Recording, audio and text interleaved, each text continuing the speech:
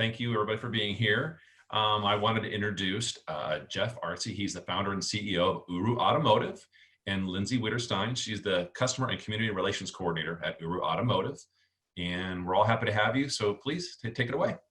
Thank you. Thanks, Jason. Appreciate it. I'm curious, we were just talking a bit earlier. I'm curious how frequently you all are using your cars, and for what purpose. Maybe we can go around the room, so to speak, and I'd be curious about that. I think it's so funny because it's, when you go on vacation and you haven't been in your vehicle or you haven't driven for a week or 2 weeks, and you get in there and it feels so weird driving home from the airport. That's what I feel like now. It's weird. It's like all new. It's freedom. It's but very little driving for me. Little driving. Okay. So the supermarket, that kind of thing. That's about it. My husband is out working every day. I'm at home, so he's pretty much even the one going to the supermarket. So I don't even take my car, but his is going out. But that's about it.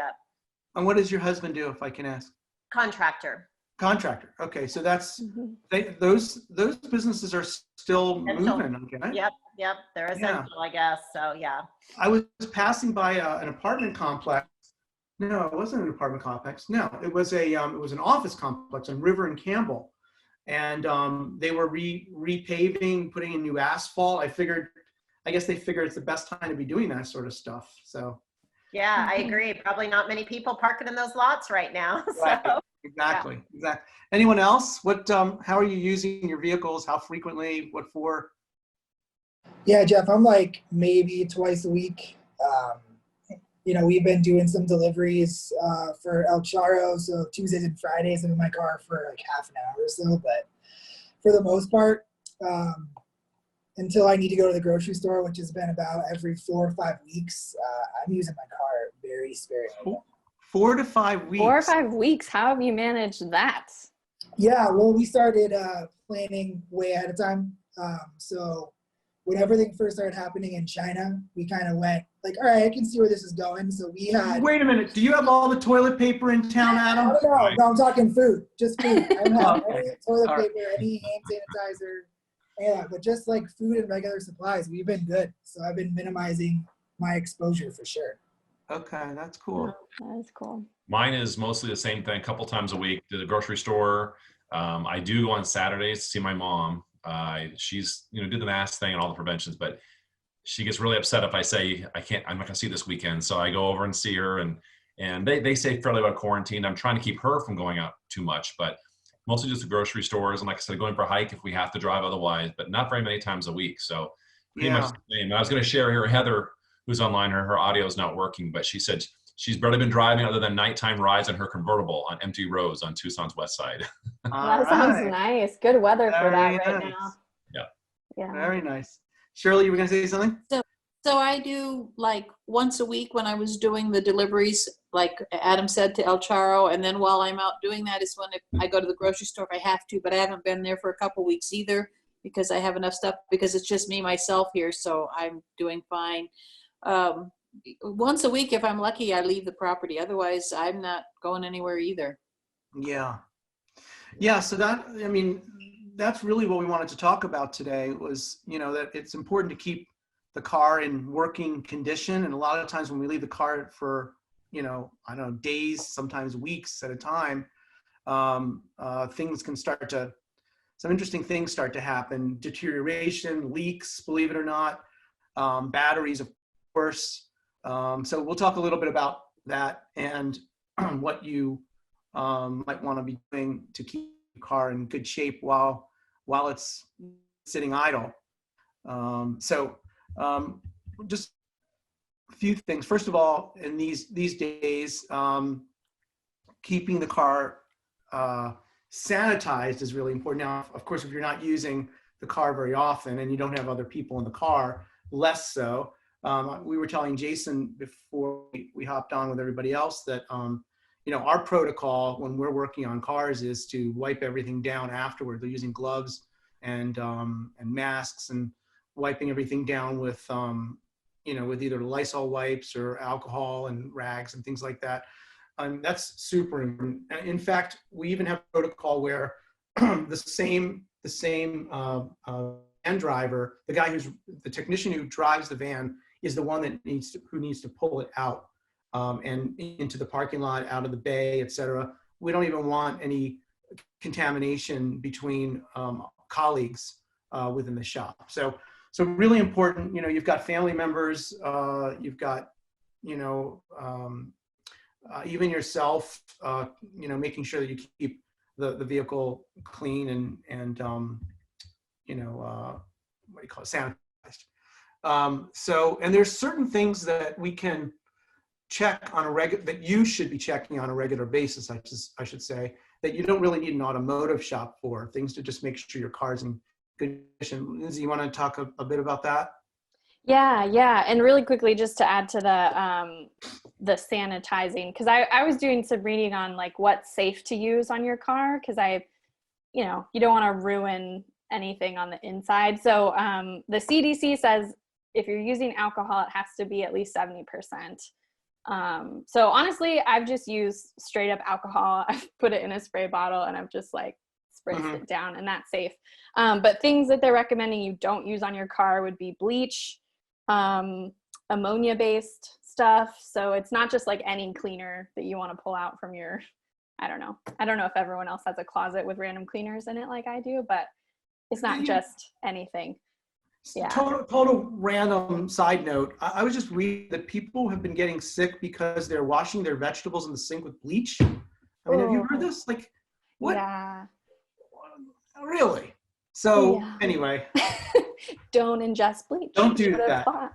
Yeah. But yeah, so like Jeff was saying, there's like a few basic items that you can check on your own that you don't necessarily have to go to an auto shop to check. And it's all going to be dependent on how comfortable you are, if you've done these sorts of things before or not. But some of the basic things that you can check would be things like your tire pressure. So if the car is sitting for long periods of time, it's good to check the pressure, because you don't want the tires to get like flat spots from just sitting. So there's a little tool. Do you know what it's called, Jeff? The little, I don't know the official. The gauge. Yeah, there's a little gauge you can plug into the air in your tires to see what the pressure looks like. And in case you don't know, each car has a unique pressure. So a lot of people think that, it's 35 PSI and that's what it should be. It's actually dependent on like what kind of car you drive, and that information, you can find it in the like the door frame of your driver's side door. Like when you open it, it's got some information that it lays out, and that's one of the things that it tells you based on your vehicle, what the tire pressure needs to be set to. And a rule of thumb is it's usually between 33 and 35. So if you see it lower than 33 or so, it's important to inflate. And I should tell you that as a regular course as the seasons change from cool to hot and hot to cold, we get people in our shop all the time coming by for us to put air in the tires. So certainly in a case where it's going to be 90s and 100 next week, and the temperature changes like that, and it's sitting idle, definitely something to look at for sure. Sorry to interrupt. Oh, no, you're good. So tires and fluids would be the other major thing that you can check pretty easily on your own.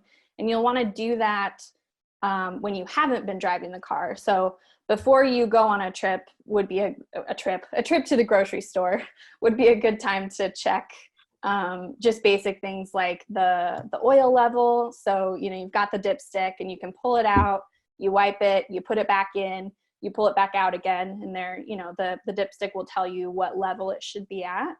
And then other fluids on the vehicle, like coolant and other things, usually when you pop the hood, you've got different containers with different fluids, and it'll have a fill line that tells you, what level it should be at.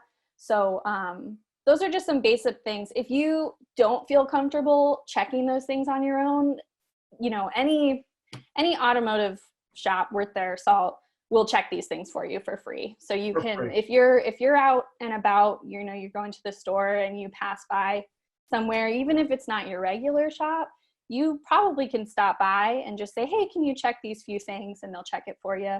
the nice thing about the basic stuff is that no one has to go inside the car really to check any of those things. So you don't have to be as worried about, you know, if someone is going to be touching the inside of your car or anything like that. So.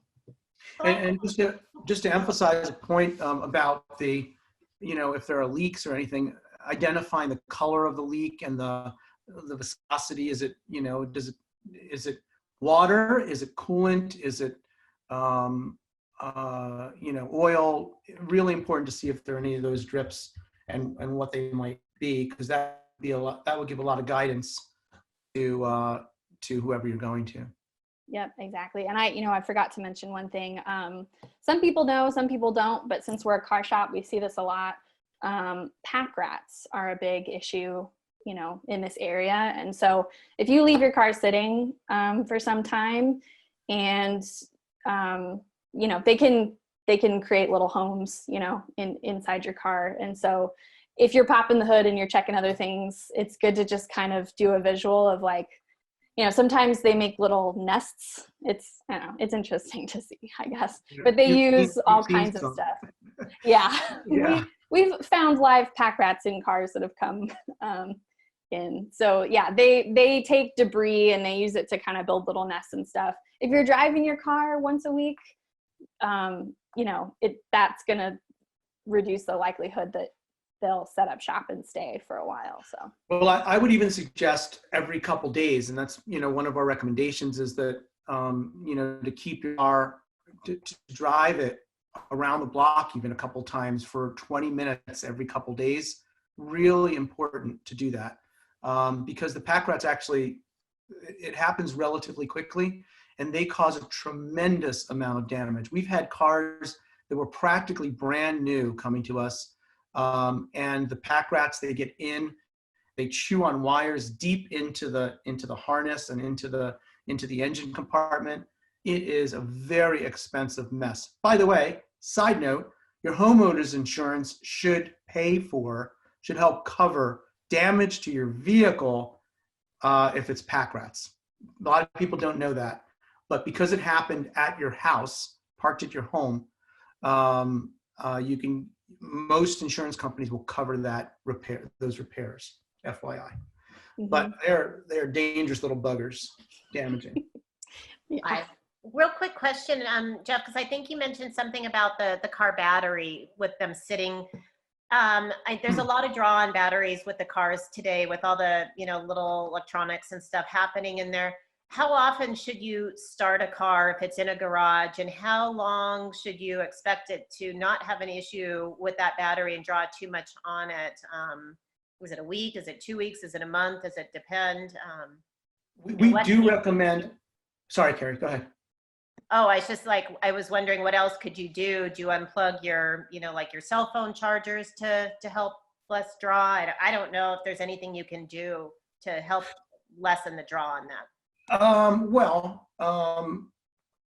Well, I would say, first of all, every 2 days for 20 minutes, like we talked about, driving it around the block, keeping the battery charged is the best thing you can do.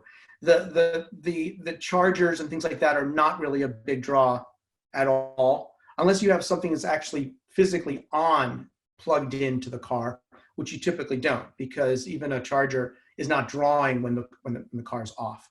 But it's really important to keep them going. We're also heading into the hot season, and some really interesting things happen during, you know, imagine it's 90 degrees outside, but under the hood of the car, it could be into the 100 plus.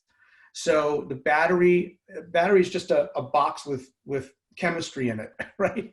It's a big chemistry lab, or a small chemistry lab. And temperature changes significantly affect the chemicals themselves that are in the battery. So when things get hot, we are doing our batteries already. Our battery business is already spiked, and it isn't even hot out. Same things with belts and hoses. They get brittle in the heat when they're in a contained kind of a situation and they're hot. Even in the garage, it's hot in the garage. It's hot under the hood in the garage. So the more you keep the car going, you don't have to do it more frequently than every 2 days, but it's really important to keep things moving. And you, even with that, you can expect that your battery could need either a boost or a replacement if it's low on charge. So, and that too, by the way, you should be able to go into any shop and show up and just say, hey, can you put the battery detector, the charge detector on it? And they should be able to tell you if it's low or weak or whatever. But don't go there until you've driven around for 20 minutes or half an hour first to make sure that the battery's gotten the full charge already. Otherwise, it's going to read low. Mm-hmm. So. I don't know if this is a good application of this. So I'm thinking, since you asked that question, Carrie, a lot of times the winter visitors, since we're up in OOROO, our shop is up in OOROO Valley, we see a lot of just winter visitors. And so they all leave, this time of year, getting close to it. Is trickle chargers a thing that people could be using right now? Because what happens is they leave and they're gone for 6 months and their car sits in the garage. And so a lot of times they use what's called a trickle charger. And I don't know if that would be a good application for just the average person hanging at home. But not in a situation where you're around and you have the ability to drive the car every couple days. You really don't need the trickle charger. Yes, we do have, Lindsay, we have people who are snowbirds and they leave the car for 3, 4, 6 months. Yes, for sure, trickle charger would help. The best thing is for a neighbor to actually come by, even in those cases, and drive the car around, every week or so, something like that. The other thing is, you just reminded me of these we buy something called Wiederstein, which connects to the battery. And it is a flashing light that the Packrats hate. It doesn't cost very much at all. You can pick it up if you want at O'Reilly or AutoZone or something, or you can buy it from us. We don't charge to install it. It takes, 10 minutes to do it. And that's a really good way to avoid Packrats. Lesson, takeaway, you don't want Packrats under the hood of your car. It's just a mess. Absolutely. So anyway. Yeah. Yeah. Cool. What else do we want to talk about? Regular maintenance. Yeah. Oh, AC systems. This is a time also where we're seeing a lot of people coming in, and also for us going out on Freon being low. It may need a charge. Sometimes, couple clues. If your entire AC system, meaning left and right of the vehicle, is blowing hot air, you've got a Freon charge issue, and you need either have a Freon leak, which is less frequent, or you just need a Freon charge, and that you can get done in an automotive shop that's licensed to do that. Sometimes what happens, we just had this yesterday, as a matter of fact, is somebody calls in and says, half of my car, say the passenger side, is blowing hot air, and the other side is blowing not hot, but it's not cold either. And the temperature that an AC system should be reading is in the 40s, somewhere between 38 and 48, somewhere in there. And in other words, when it's totally cranked up and all the way cold, it should get to 38 to 40 degrees, and that's a test. And we put the thermometer right into the blower and see if it's blowing that.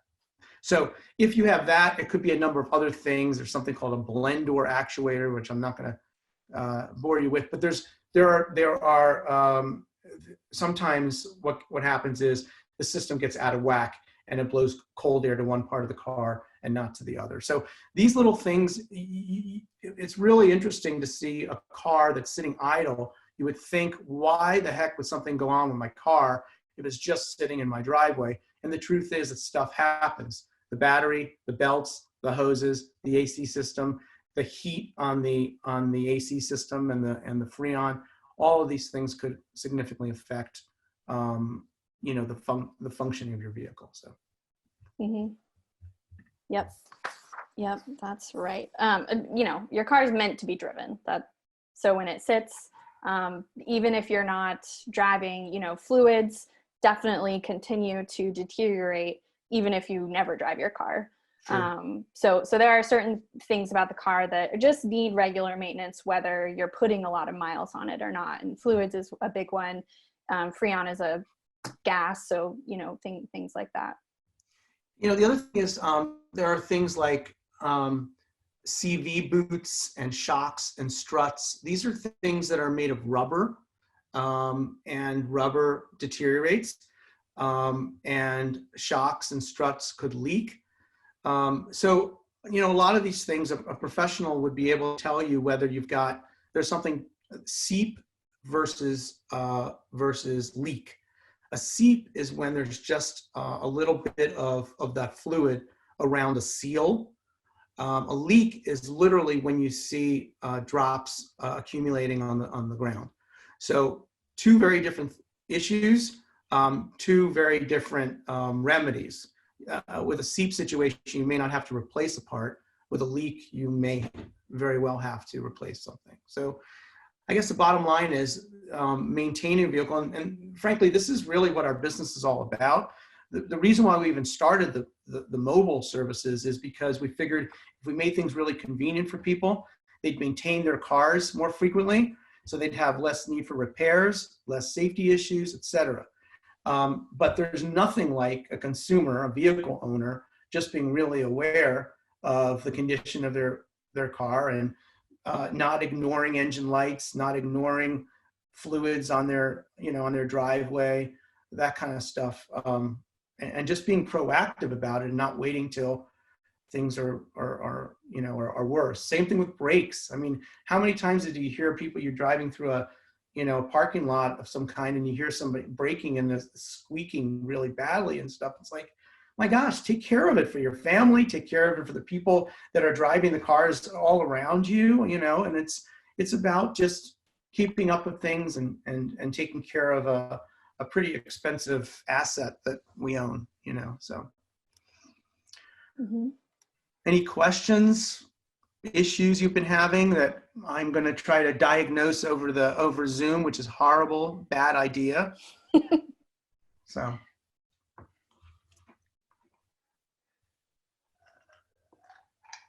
None. Everybody's car is working perfectly because they're not using them, so to speak. Do you find is your business still pretty strong even though people are not driving as much, or have you seen a decrease? We had, I have to say, 2 days.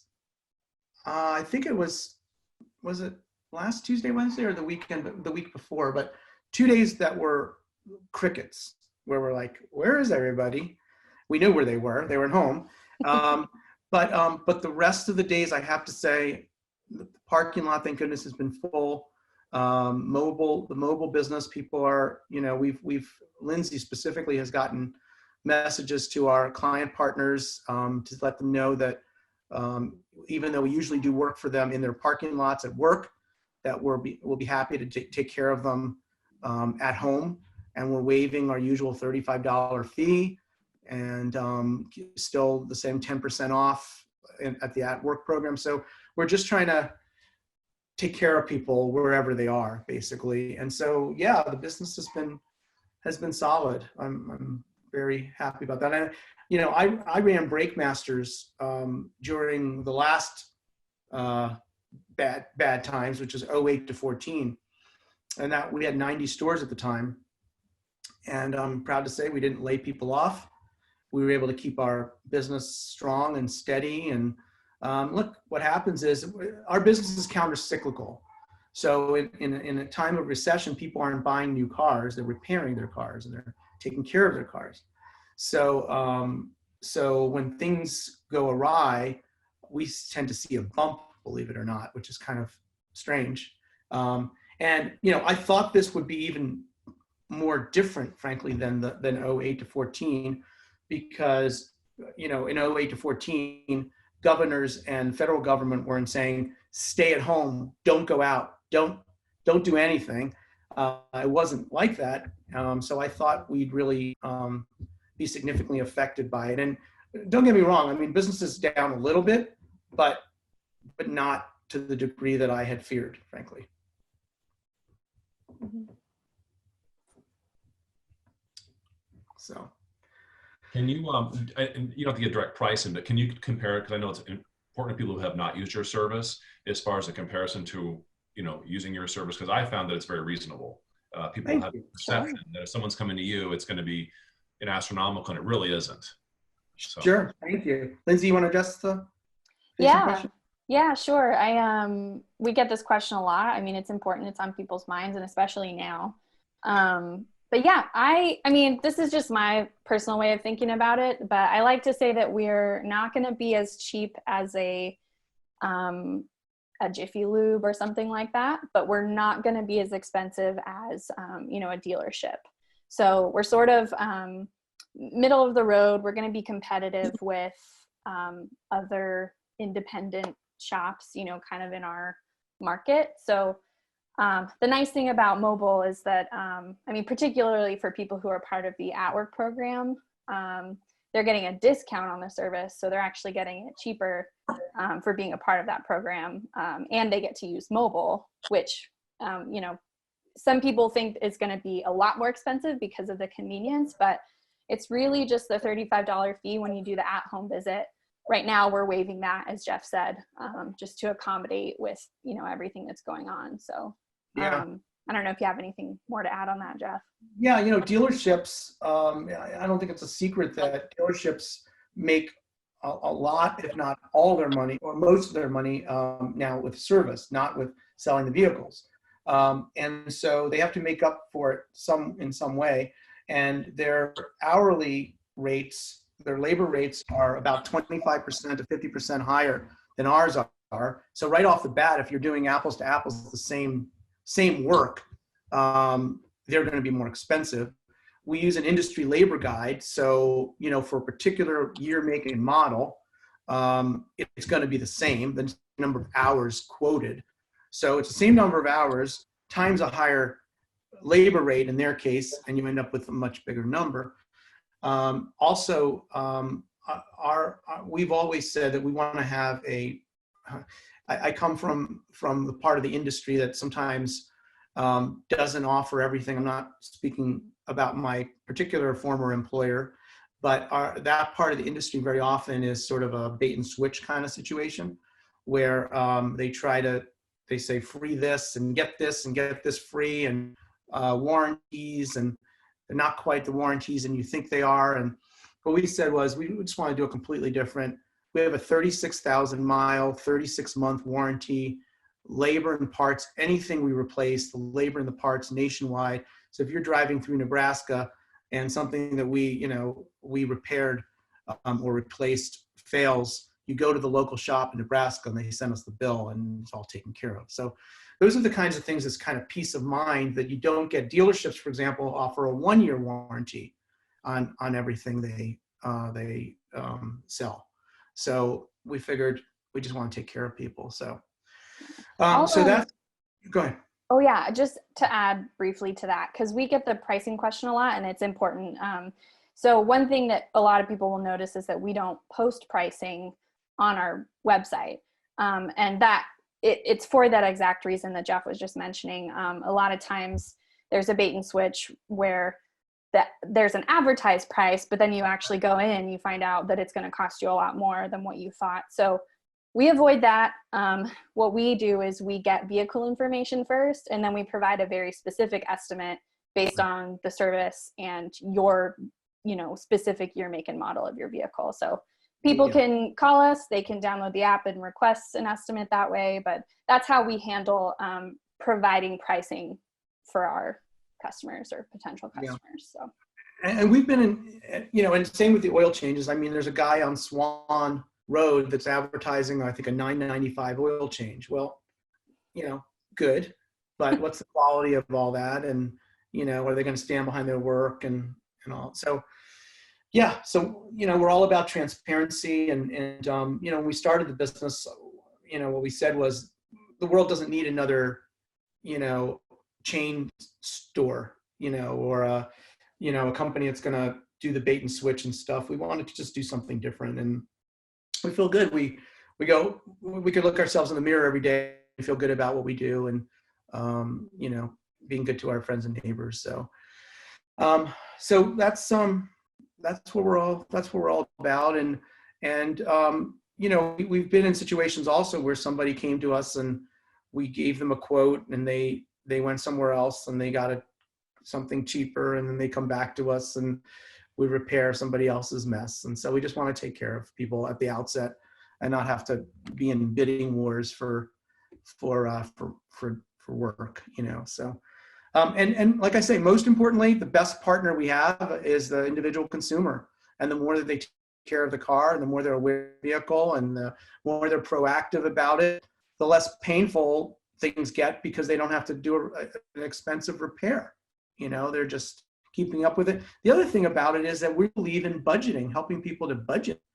You know, so your car is going to need a certain amount of maintenance, you know, at certain intervals. It's just whoever takes care of their vehicle, they're going to need it. So we believe in helping people to budget that out so that it doesn't happen all at one time as well.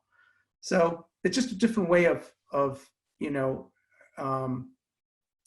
approaching business. We were talking about this before noon, that, you know, there's a lot of these companies that are all about, you know, trying to there are quotas and you know, and you know, well, actually, this is a conversation I was having with Lindsay actually before this call, where a lot of the chains now, in order to push their sales, they have a regional manager somewhere, and who knows where, remoting in or calling and saying, you guys need to sell, you know, 20 sets of shocks this week. So, you know, Jason walks into the store, and what you may think you're coming in as a human, but you're actually coming in as shocks, you know? So what the guy behind the counter is seeing is, we got a live one, we're going to sell him shocks, you know? And so, again, I mean, the world doesn't need any more of that. There's plenty out there. We just like to do things differently. We don't have quotas. We inspect the vehicle. What you need, and what you don't, we're going to help you budget and do it over, you know, and possibly do it over time. So it's just a different kind of ethos, you know. I was just going to say, you know, you guys have a really great business model. When they've come out, it's amazing seeing your trucks, seeing your employees. You know, everything's just so clean. It's not like, you know, Bob's Garage Shop around the corner. You know, everybody comes out there. You know what I mean? Everybody looks professional and it's clean and not grease all over their face. Or you know what I mean? Those are perceptions when people, when they come out to visit. So, you know, I've been out to the chamber a lot of times and service a lot of our vehicles, and I'm always amazed. And not only that, their demeanor, they're very professional, very nice. So kudos to you for your hiring process, because I've dealt with at least one or two of your gentlemen that come out, and they're just really super nice and just cordial, and not some big grumpy mechanic that doesn't want to deal with anybody, you know. So Yeah.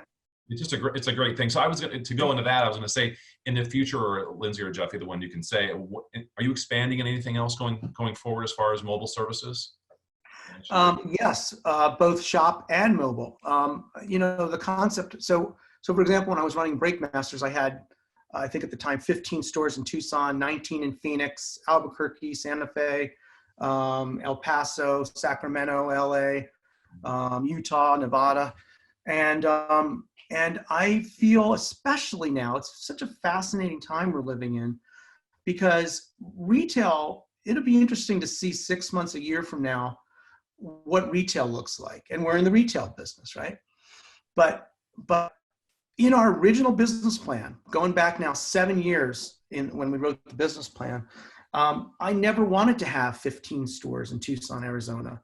I wanted to have 4 to 5 at the most in places that are strategic, so that we call this hub and spoke, where the shops are the hub. And, you know, our technicians are coming in every morning, dressed, ready to go. 7:15, we have what's called a huddle. They have their coffee cups ready. They're all ready in their uniforms. They're ready to go. We make sure everybody's ready for work, that they're in a good mindset. We remind everybody why they're coming to work. It's really important to not just dial it in, phone it in. They have to remember we have the mission on the wall. We do a word of the day. I mean, everybody's got to be psyched for relationships, not transactions, is what we say. So you don't need 12, 15 stores in Tucson to do that. You just need 4 of these hubs strategically placed, and then the spokes are the vans. So, and I love being proactive. I never liked, I've always said if I were to own a smoothie store, I wouldn't want to do it in a store. I'd rather do it in a food truck, because I'd rather bring it to you at work or at home or wherever it is, rather than waiting for you to show up at the corner of, whatever, Speedway and Wilmot or something, So, so the model is for us to have, let's say, 3 more stores in Tucson in the not too distant future. And this is also an interesting time to see how the landscape settles, because there are going to be shops. I know for a fact, I know from my vendors that there are other shops in town that are really hurting in a big, big way. Their business is down 60, 70%. I don't think they're going to survive. And so, those are conversations we may have, is to maybe pick up some of those places, and maybe they've got great talent there that we can bring aboard and save those jobs, which I'd love to be able to do, both the owners and the folks working there, and have 3 or 4 of these placed around town, and then have vans that live at those hubs. And we plan to do the same exact thing in other markets. Phoenix is our next market. We've started to prospect a little bit up in Phoenix, try to get a feel for some of the large, medium to large size employers and whether they'd be interested in what we're doing. So that's the growth plan, is to not be so location centric, and more about, being able to be a little more nimble. The other cool thing about that model is, just yesterday, our customer service advisor said, Jeff, we're starting to get a lot of interest around the Rita Ranch area. We're getting, around the tech park area, not the tech park per se, because there's really nobody there right now, but the homes that are around there, and we're getting a lot of activity. That's a perfect way to say, oh, good place for a hub. So the mobile can inform us as to where we've got hot spots, if you will, and where we would want to locate a hub. So that's basically what we're looking to do. Hey, Jeff, I got a question for you. And I don't think we've ever talked about this, considering we've known each other for a few years now, but how did you end up getting started in the automotive industry? Yeah, funny story, because you do not want me to repair your car. I can just tell you that right now. Just not good. The owners of Brake Masters, I knew them because their kids went to the same school as my kids did. And one day I was picking up my kids, and Shalom Layton, one of the 2 owners of Brake Masters, drove by and said, "Hey, what are you up to?" And we chatted, and they recruited me to be their CFO. I think probably 45 days later, I became the CEO of the company. And as I say, ran that for a number of years. And so for me, it's been an interesting journey, because, I ran 90 stores before I ran 1. It's certainly usually the reverse. Sometimes you're a technician, and then you become a manager, and then maybe one day you'll own a shop, and then maybe one day you'll have 2 shops and that kind of thing. And in my case, I'm a CPA by training, an MBA from NYU, and I'm more about organizational development and building teams and trying to find the right people to build the organization. And so that I loved doing that at Brake Masters, and so long story short, I had an opportunity to buy this shop called Vistosa Automotive in OOROO Valley, and bought it going on 6 years now. May of 14 is when we started. And it's been great. I mean, it frankly, it's taken some time to get the mojo right. If you read the business plan from 7 years ago, I feel like we're holding very true to the mission and values and the ethos and all the stuff I was telling you about with regard to pricing and transparency and, who we hire and how we hire them and all these different things. But I talked about the battery being a chemistry project. Organizations are chemistry projects, as you all well know.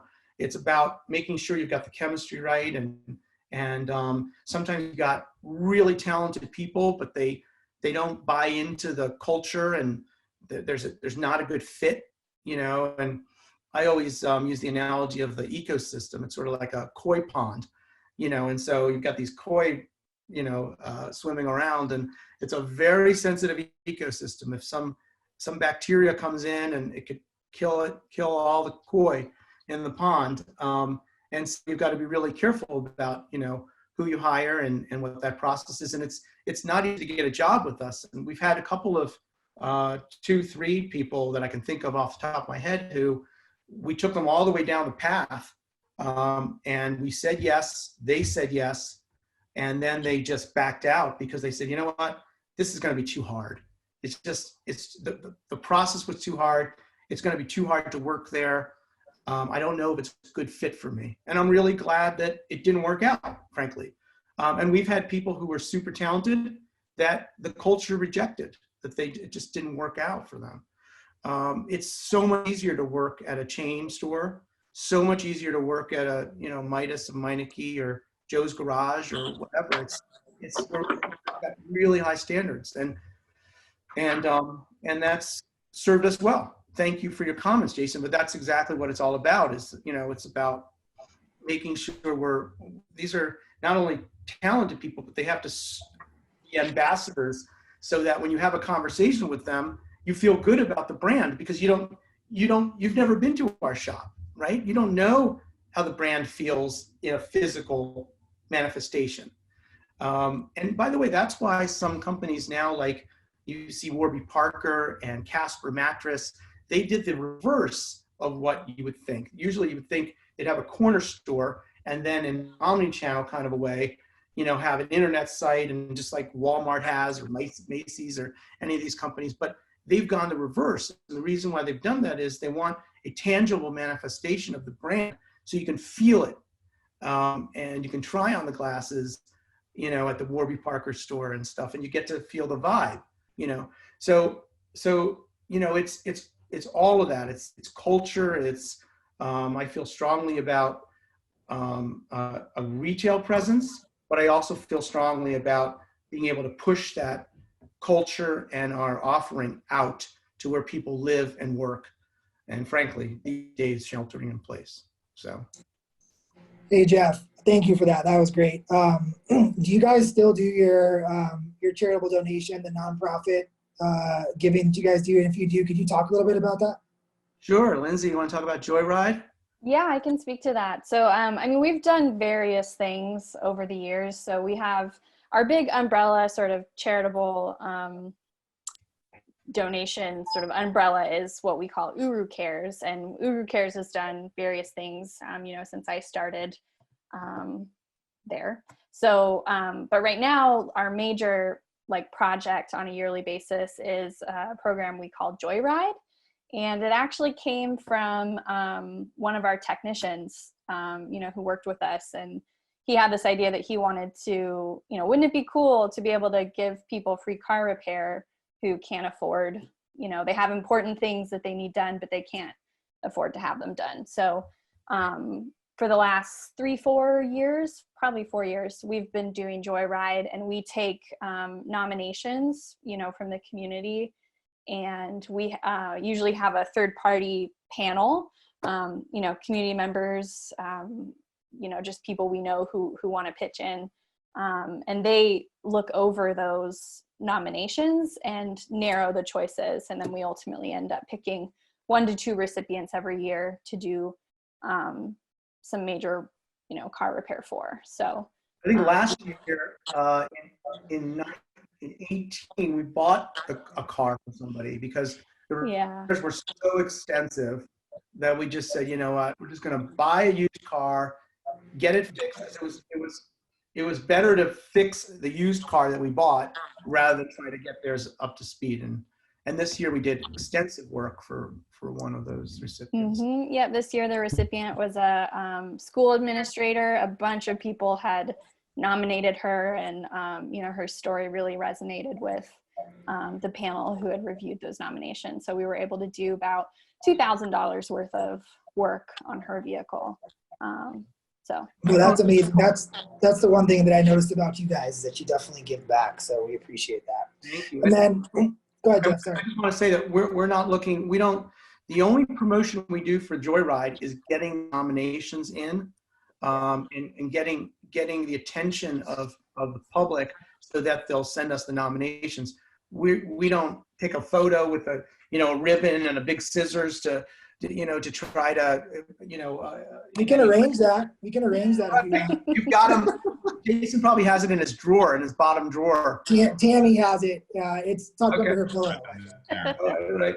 But yeah, exactly. But we're not looking to exploit these folks. We want to be really careful about just taking care of them, and once the work is done, we pretty much just let it go. So Yeah. anyway, I was gonna say I just have one last question. You guys are doing really well, obviously, as a small business owner. What kind of advice, as in a small business owner that's obviously different, you're considered essential, but what are some things that small business owners like you might take away from this, and what can you impart on other small businesses as to how to kind of weather this storm and get through this? Yeah, thank you for that question. I think it's I've obviously been pondering it for now a couple months at this point. And I have to say, I was referring back to a couple of days, and I think it was 2 weeks ago, where we had a couple of days there where it was crickets. There was nothing on the calendar. It was looking bad, and you know what's ahead of you, right? If you knew that it was just, oh, these 2 days are going to be bad and everything's going to be fine after that, it's fine, right? But that's not, we didn't know.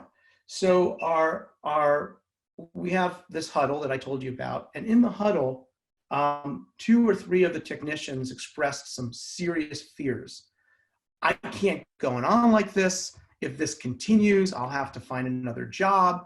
Not that there's any place else to go in the automotive industry. We're definitely, if not the busiest, one of the 2 busiest in town, in all of Tucson. And I'm not saying that to brag. I'm just saying it as a fact with regard to the story. So it's not like you can go somewhere else because somebody's not treating you well or it's not busy enough in the course of a regular, economy. So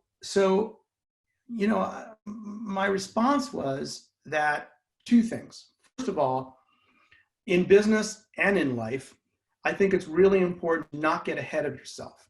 So let's just deal with what we've got in front of us. Let's fill today. Let's do what we can to take care of customers today, and whatever's right in front of us. And it's so easy to become overwhelmed, again, in business and in life in general, whether it's an illness or whether it's financial issues or whatever it is, and sort of like the whole world is crashing down on you. It doesn't allow you to think rationally. It doesn't allow you to be kind to the people who are around you in your life. You just freak out. And I was surprised. I had no notes. I wasn't prepared for that huddle that day. But my response was 2 things. One is, don't get ahead of yourself.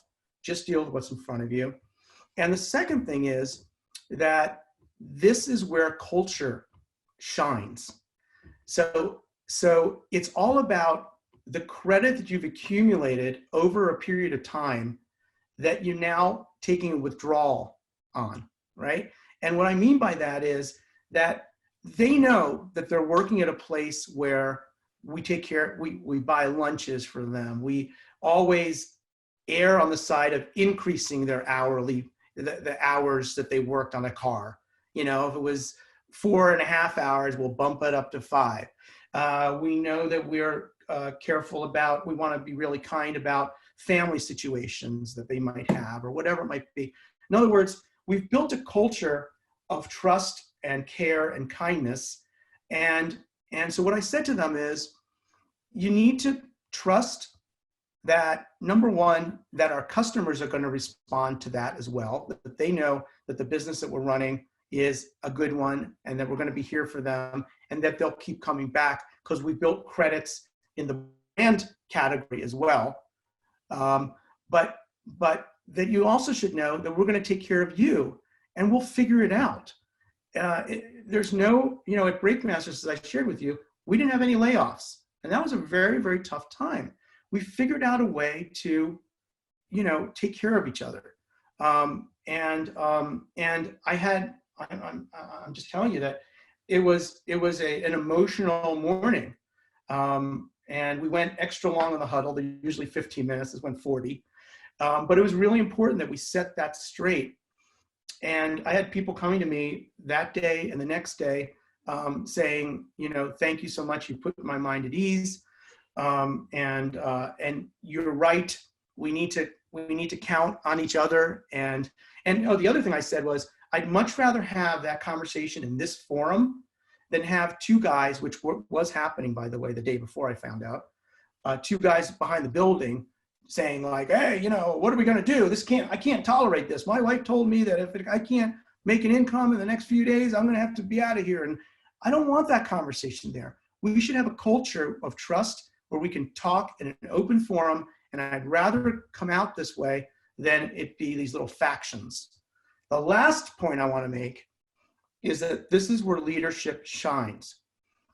It's not during great times, everybody looks like a genius and a hero. It's during tough times, and you can think government, whatever image you want to put in your mind at any level of government. It's about being transparent. It's about speaking the truth. It's about telling people the hard news as well. And it's about hopefully taking some debits on the credits that you've already established with truthfulness and trust and, building the right culture. So, I mean, that's really what it's all about. This is the time where we, lean into things, and we've increased our marketing, by the way. We for the first time at OOROO have invested in NPR, and you'll hear our spots on NPR, and we've put out postcards and we've put out mailers, and I'm not going to retrench and crawl under my desk. I want to lean into something, lean into the problem, and not be fearful, because if you know that you've got something good, meaning the brand, the offering, the people, the culture, all of those things, lean into it, because now is the time where you can actually shine and show what you can do, and for customers to actually see, oh my gosh, even in these tough times, their parking lot is full. Why is that? So anyway, you asked a short question. I gave you a long answer, but that's my feelings on all this stuff. Yeah, I'd like to add something really briefly too. We, as Jeff had kind of alluded to earlier, we're having to rethink some of the ways that we do things. I mean, not just operationally in terms of providing service, but how do we market? How do we spread the word when we're not able to interface with people, face to face? What does all this stuff look like? And so if you're in a position where you can get help and ask for help, having smart people who are really adaptable and have tools that they know of that can help you kind of pivot and grow despite, the times that's been, we've had help, I guess, is the short answer, is what I'm trying to add, is that we've had some really smart people who've helped us implement processes and, do things in a different way than what we were doing before. So if you're in a position to be able to ask for that help, you have the resources, get help, figure out how to do things in a new way. We're all trying to do that, I think, essentially. Yeah, and I think of my job, another way to answer your question, Adam, is, and I was saying, tongue in cheek, you don't want me to repair your car. Well, I remember Henry Ford had a famous quote where he was on trial. I think it was a collective bargaining trial or something. He was on the stand, and the prosecutor was just hammering him like, how do you do this? And tell me how the conveyor, the assembly line works, and tell me about the marketing, and these new nuanced questions. And the prosecutor said, well, and Henry Ford had no answer for any of them. He said, I have no idea. I have no idea. I have no idea. And the prosecutor said, well, how do you expect us to consider you an industry expert and a titan of industry if you don't know the answer to these questions? And he said, because I know who to hire to do those things. And I feel like my job is, probably my most important job is to hire really good, really smart people, as Lindsay says, who are really good at what they do, fixing cars, marketing, digital marketing, talent, whatever it might be, and put all those people in a room, so to speak, and have everybody head in one direction, and lean into what we're doing. And if I can do that successfully, that's where culture comes from, because that's that mix of people and the chemistry and everything else, and showing people the confidence that we're not retrenching. We're gonna face these things together, and we'll succeed together. So there you have it. Great. Does anybody else have any questions? Tammy, there you go. Hi, Jeff and Lindsay. I just want to throw out there, your story is fabulous. I just, am just amazed at all the information that you provided today. Thank you. I just did want to let you know that with your $35 waiving of that fee, by all means, take advantage of the offers on the Chamber's website to let the community at large know about your services. Okay, awesome. Make a note of that. Yeah. Yeah, Lindsay, I'll be sure to connect you to Valerie, and we'll get that taken care of. Cool. Thank you. Thank you. Thank so you, much. Tammy. You're welcome. All right, everybody. Let's see. Oh, thank you. All right. Well, thank you to you both, to Jeff and Lindsay, for being on. We appreciate that. Again, if you haven't used OOROO Automotive, I would recommend. I mean, again, not just now. We've known you guys for a while, but such an impressive organization. So if you, not even just now, even when this is all over with, you should use them. They're just a great organization. You guys, such a class act. So we thank you for that. Thank you for being here. And I just want to do a real quick drop for tomorrow's topic. Tomorrow is Travel to Tropical Costa Rica with the Tucson Metro Chamber in March of 2021. We're going to have Misty Shafiqua and Nicole Albert from Colette Tours talking about that traveling with us. And then on Friday, we're going to have our virtual networking 424 from 3 to 4 p.m. hosted by Highwire Lounge. Chris Carr will be our bartender and kind of walk through 2 different cocktails, the Mule and Hibiscus Cooler. So if anybody can join us, that should be a lot of fun. And again, thank you to everybody for being here. Appreciate it. Thank you. Thank you. Thank you. Thank you, Jeff and Lindsay. Take It's good to care, see you guys. All right. You too. Bye-bye. Bye. Bye. Thank you.